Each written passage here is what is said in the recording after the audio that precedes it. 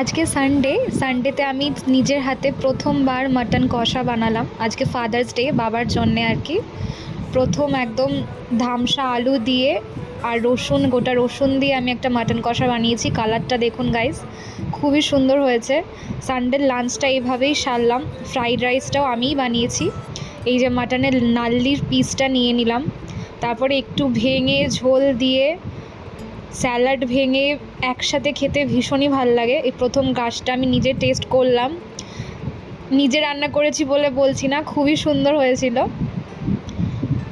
ঝোলটার কালারটা খুব সুন্দর হয়েছে। আর প্রথমবার হয়তো আমি চিকেন ডিম এসব রান্না করেছি, মাটনটা ফার্স্ট টাইম রান্না করলাম, তাই দেখালাম আপনাদেরকে।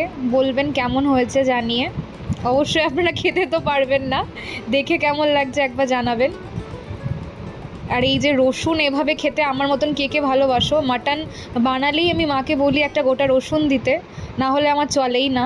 খুবই ভালো করে খেলাম। আর এই নাল্লির পিসটা খেতে তো খুবই ভালো লাগে। এভাবেই সানডে লাঞ্চটা ফিনিশ করলাম।